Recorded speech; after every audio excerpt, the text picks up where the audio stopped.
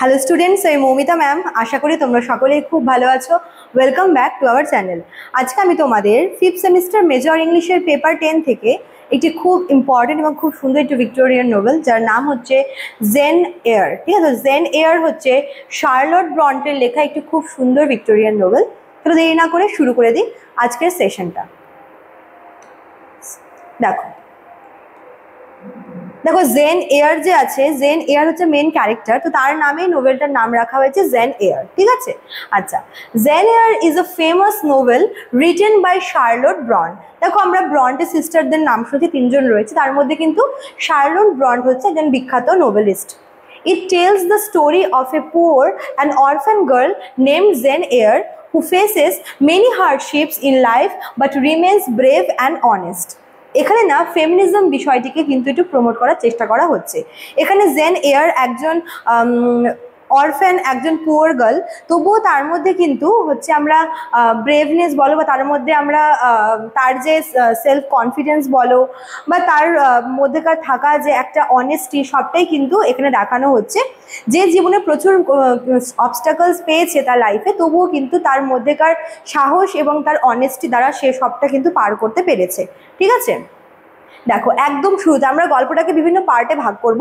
একদম প্রথম পার্ট যেটা, সেটা হচ্ছে ওর চাইল্ডহুড টাইমটা। দেখো, Jane lives with her aunt Mrs Reed after her parents die. তো জেন হচ্ছে তার প্যারেন্টস যখন চলে যায়, যখন মারা যান, তারপরে কিন্তু সে তার আন্টের কাছে থাকে, যার নাম হচ্ছে Mrs Reed. Mrs Reed and her children treat Jane very badly. One day she is sent to a strict school called Lord Institution. তো ছোটবেলাটা কিন্তু জেনের খুব খারাপ কাটে, কারণ হচ্ছে তার আন্ট মিসেস রিড এবং তার যে কাজিনরা রয়েছে তারা তার সঙ্গে ভীষণ বাজেভাবে ব্যবহার করতো, তাকে অনেক বাজেভাবে ট্রিট করতো। ইভেন এমনও হতো যে মিসেস রিড তার ছেলে মেয়েদের দোষটা দেখেও না দেখার ভান করতো এবং পানিশমেন্টটা কিন্তু জেনকে দিত। এভাবে একদিন দেখা যায় যে কোনো একটা কারণে, সেক্ষেত্রে হচ্ছে জেনের কোনো দোষ ছিল না, তবুও কিন্তু জেনকে রেড রুম বলে একটা রুমে আর কি লক করে দেওয়া হয়, যেখানে মিসেস রিডের হাজবেন্ড মিস্টার রিড মারা যান। ঠিক আছে, তো এত কিছু সহ্য করতে না পেরে কিন্তু জেন ট্রমায় চলে যায় এবং তারপরে তাদের হাউস যে ফিজিশিয়ান আছে তিনি হচ্ছে মিসেস রিডকে বলেন যেন জেনকে বাইরে পাঠিয়ে দেওয়া হয়। তো জেনকে হচ্ছে লোড বলে একটা ইনস্টিটিউশন আছে, যেটা ভীষণ স্ট্রিক্ট স্কুল, যেখানে সমস্ত অরফ্যান গার্লদের রাখা হয় এবং সেখানকার রুলস রেগুলেশন কিন্তু যথেষ্ট স্ট্রিক্ট। ঠিক আছে, the school has poor food and harsh rules. তো ওই যে স্কুলটা, ওখানে সব অরফ্যান মেয়েরা পড়তো, সেখানে থাকতো, খেতো, সেখানেই পড়তো, কিন্তু ওই স্কুলের যে ব্যাপার স্যাপারগুলো একটু ডিফারেন্ট ছিল। সেখানে মেয়েদের যে খাবারটা সাপ্লাই করা হতো সেটা কিন্তু ভীষণ নিম্নমানের খাবার, এবং সেখানে অনেক হচ্ছে এরকম নিয়ম নীতি ছিল যেগুলো কিন্তু ভীষণ স্ট্রিক্ট। ঠিক আছে, Zane's only friend there is Helen Byrne, a kind and gentle girl who soon dies of illness. এবার যেহেতু ওই স্কুলে খাওয়া দাওয়া ভালো না এবং মেয়েদের অনেক কিছু ফেস করতে হতো, অনেক অবস্টাকল ফেস করতে হতো, অনেক হার্ড টাইম ফেস করতে হতো, এবং দেখা গেল যে আস্তে আস্তে স্কুলের হচ্ছে স্টুডেন্ট সংখ্যা কিন্তু কমে যাচ্ছে। ঠিক আছে, স্টুডেন্ট সংখ্যা কমে যাচ্ছে এবং দেখা যায় যে সেখানে হচ্ছে একের পর এক স্টুডেন্ট কিন্তু অসুস্থ হতে শুরু করে। শুধু তাই না, অসুস্থ হয়ে মারাও যায়। এবার জেনের যে বেস্ট ফ্রেন্ড ছিল, যার নাম হচ্ছে হেলেন, হেলেন হচ্ছে ভীষণ কাইন্ড হার্টেড একজন মেয়ে, যে কিনা জেনের একমাত্র ফ্রেন্ড হয় ওই স্কুলে। কিন্তু ওই মানে স্কুলের যে নিয়ম ছিল তাতে করে কিন্তু হেলেনও হচ্ছে অসুস্থ হয়ে পড়ে এবং সে মারা যায়। ঠিক আছে, the headmaster Mr Brocklehurst is cruel but later new teachers make the school better. তো সেই সময় ওই স্কুলের হেডমাস্টার ছিলেন হচ্ছেন মিস্টার ব্রোকেলহার্স্ট, যিনি কিনা মেয়েদেরকে দিয়ে এত কঠিন কিছু কাজ করাতো, তাদের ভালো করে খাবার দিত না। যখন দেখলো যে এতে করে স্টুডেন্টরা আস্তে আস্তে কমে যাচ্ছে, বা যখন দেখলো যে স্টুডেন্টরা একের পর এক অসুস্থ হয়ে পড়ছে, তখন কিন্তু সেই স্কুলের টিচারকে বদলে দেওয়া হলো এবং নতুন টিচাররা কিন্তু স্কুলটাকে আবার ভালো করে আগের থেকে আর একটু বেটার করার চেষ্টা করলো। ঠিক আছে, আচ্ছা, এবার দেখবো হচ্ছে যখন একটু অ্যাডাল্ট হয় জেন, তারপরে লাইফটা হচ্ছে কেমন। After growing up and finishing her education, Zen becomes a governess at a big house called Thornfield Hall. তো প্রথমে হচ্ছে জেন ওই স্কুলে যখন পড়াশোনা করতো সেখানেই কিন্তু ও 2 বছরের মতো টিচিং করিয়েছে, বাট তারপরে ও চেয়েছিল যেন স্বাবলম্বী হওয়ার জন্য, এবং সে তাই গভর্নেস হিসেবে সে কিন্তু একটা বাড়িতে যায় যার নাম হচ্ছে থর্নফিল্ড হল, সেখানে সে গভর্নেসের চাকরি পায়। Her job is to teach a little French girl named Adele, who is the ward of Mr. Edward Rochester, the owner of the house. তো সেখানে হচ্ছে জেনের কাজ এটাই ছিল যে সেখানে এডেল বলে একটা মেয়ে থাকতো যে হচ্ছে ফ্রেঞ্চ, ঠিক আছে, একজন ফ্রেঞ্চ মেয়ে, তাকে পড়াশোনা করানো, তাকে তার দেখাশোনা করা, এবং এই পুরো ব্যাপারটা মানে পুরো যে বিষয়টার মালিক বা বলতে পারো যে সেই এডেলকে পড়াশোনা করানো থেকে শুরু করে সমস্ত কিছু জেন করতো। আর ওই বাড়ির যিনি হচ্ছে ওনার তার নাম হচ্ছে mister Rochester, mister Edward Rochester, ঠিক আছে, তিনি ওনার। Mr. Rochester is a serious but kind man. Zen and Rochester start talking often and slowly they fall in love. তো প্রথমত হচ্ছে প্রথম যে ইমপ্রেশনটা হয়েছিল মিস্টার রচেস্টারের জেনের কাছে সেটা হচ্ছে ভীষণ সিরিয়াস। লোকটি কিন্তু ভীষণ সিরিয়াস ছিল, কিন্তু তবুও তার মধ্যে মানে তার মানে হয় না যে কাউকে দেখে ফার্স্টে সিরিয়াস মনে হয় বাট আসলে সে মনের থেকে অনেক ভালো। তো জেন আস্তে আস্তে তাকে চিনতে পারে, এবং যখন ওদের মধ্যে একটা ভালো বন্ডিং আর কি তৈরি হয় তখন তারা একে অপরের প্রেমে পড়ে যায়, ঠিক আছে। One day, Mr. Rochester proposes to Zen and she happily accepts, but on their wedding day, Zen discovers a terrible secret. Mr. Rochester is already married. His wife, Bertha Mason, is mentally ill and kept hidden in the attic of Thornfield Hall. Shocked and heartbroken, Zen leaves Thornfield. তো এরই মধ্যে যখন ওদের রিলেশনটা আস্তে আস্তে চলছিল, তো এরই মধ্যে জেন ওই বাড়িতে কিছু অদ্ভুত আওয়াজ পেত।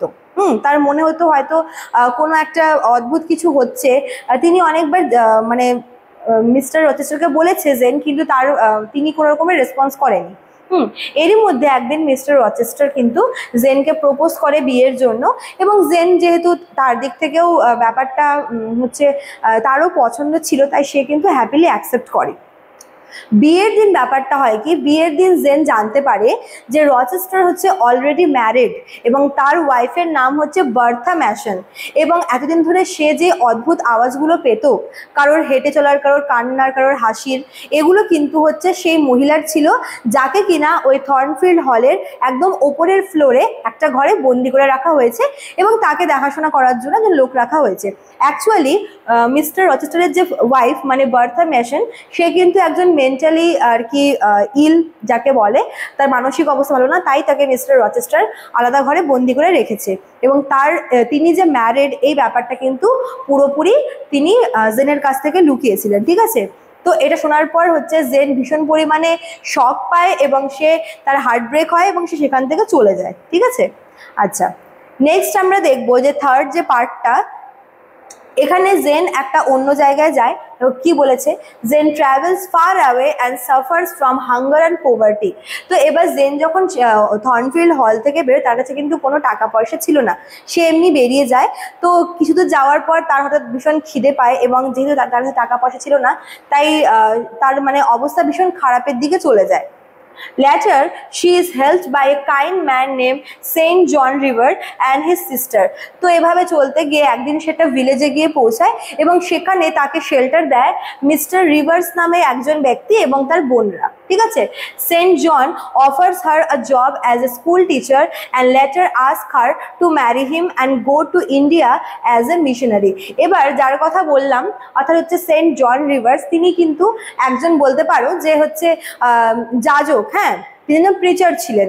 এইবার যখন হচ্ছে কি বলবো, যখন জেন ওখানে গেল তো তাকে শেল্টার দেয় এবং শুধু তাকে কিন্তু জবের জন্য অফারও দেয় স্কুল টিচার হিসেবে, এবং তাকে পরে বিয়ের জন্য প্রপোজাল দেয় মিস্টার রিভার্স আর কি, এবং বলে যে আফটার ম্যারেজ তারা হচ্ছে ইন্ডিয়াতে শিফট করবে as a missionary. But Jane refuses because she does not love him. তো বিয়ের মানে স্কুলের টিচারের জব অবধি ঠিক ছিল, বাট যখন মিস্টার রিভার্স জেনকে যখন বিয়ের জন্য প্রপোজাল দেয় তখন জেন কিন্তু সেটা একদম রিজেক্ট করে, কারণ সে মনে প্রাণে কিন্তু মিস্টার রচেস্টারকেই ভালোবাসতো, ঠিক আছে। তাই সে চাকরিটা অ্যাকসেপ্ট করলেও প্রপোজালটা কিন্তু অ্যাকসেপ্ট করেনি, বিয়ের প্রপোজালটা। এবার দেখো, one night Zen hears Mr. Rochester's voice calling her name. She returns to Thornfield and finds the house burned down. তো একদিন এমন রাতে জেন প্রায় মিস্টার রচেস্টারকে মিস করতো। একদিন হঠাৎ করে তার মনে হলো যে হয়তো তাকে কেউ ডাকছে, তাকে হয়তো মিস্টার রচেস্টার তাকে ডাকছে। তার হঠাৎ করে মনে হলো এবং সে ভাবলো যে একবার আমি গিয়ে দেখে আসি যে ওদিকে কি চলছে। তাই সে সেখানে যায় এবং যখন সে থর্নফিল্ড হলের সামনে পৌঁছয়, সে দেখে যে পুরো বাড়িটা আগুন লেগে গেছে এবং মানে বাড়িটা পুড়ে গেছে, বাড়িটাতে কেউ নেই। Bertha set the house on fire and died. তো এই যে আগুনটা, এটা কিন্তু লাগিয়েছিল বার্থা ম্যাশন, যে কিনা মিস্টার রচেস্টারের ফার্স্ট ওয়াইফ। এবং এতে করে পুরো বাড়িটা কিন্তু পুড়ে যায় এবং বার্থা ম্যাশন নিজেও ওই আগুনে কিন্তু পুড়ে মারা যান। ঠিক আছে। Mister Rochester lost his eyesight in the fire. শুধু তাই না, মিস্টার রচেস্টার কিন্তু সেই আগুনে নিজের চোখ হারিয়ে ফেলে। Jane still loves him and decide to stay with him. তো মিস্টার রচেস্টারকে এই অবস্থায় দেখে জেন কিন্তু ভীষণ খারাপ পায় এবং সে ঠিক করে যে এরপর থেকে সে কখনোই কিন্তু মিস্টার রচেস্টারকে ছেড়ে যাবে না। They get married and later he slowly regains his sight. তো প্রথমে যখন সে তার চোখের দৃষ্টি হারিয়ে ফেলে, তো জেন সেই সময় মিস্টার রচেস্টারের পাশে ছিল এবং তারপরে তারা বিয়ে করে। বাট পরে আস্তে আস্তে কিন্তু মিস্টার রচেস্টার তার আইসাইট কিন্তু ফিরে পায়। ঠিক আছে। The novel ends happily, showing Jen's strength, independence and true love. এখানে জেনকে একজন সেলফ ডিপেন্ডেন্ট, একজন ব্রেভ এবং একজন স্কিলফুল লেডি বলে দেখানো হয়েছে, যে কিনা সাহসী, যে সৎ এবং যে নিজে আর কি থাকতে চায় স্বাধীনভাবে। এবং অবশ্যই তার মধ্যে কিন্তু যে ফিলিংস তার মধ্যে প্রচুর পরিমাণে আছে। তাই কিন্তু সে মিস্টার রিভার্সের প্রপোজালকে আর কি রিজেক্ট করেছিল, কারণ সে মনে প্রাণে মিস্টার রচেস্টারকে কিন্তু পছন্দ করতো। ঠিক আছে। The story teach that goodness and self-respect are more important than wealth or beauty. তারপরে লাস্টে জেনের যে পদক্ষেপটা, মানে একজন ব্লাইন্ড ম্যানকে বিয়ে করা, এটাও একটা বড়সড় স্টেপ ছিল, যেটা কিন্তু জেনকে আরও বেশি মহৎ করে তোলে। ঠিক আছে।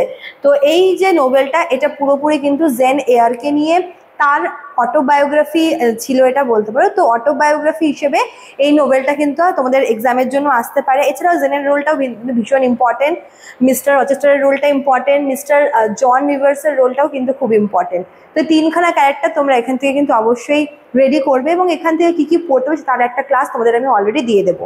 ঠিক আছে। চলো, তো এই ছিল তোমাদের আজকের ক্লাসটা। যারা ভাবছো আমাদের কাছে পড়ো, তারা আমাদের অনলাইন যে নাম্বার আছে, আমাদের অফিসিয়াল নাম্বার দুটো, তোমরা এখানে যোগাযোগ করতে পারো। ঠিক আছে। চলো, আজকে এতটুকুই থাকলো, দেখা হচ্ছে নেক্সট ক্লাসে। Thank you.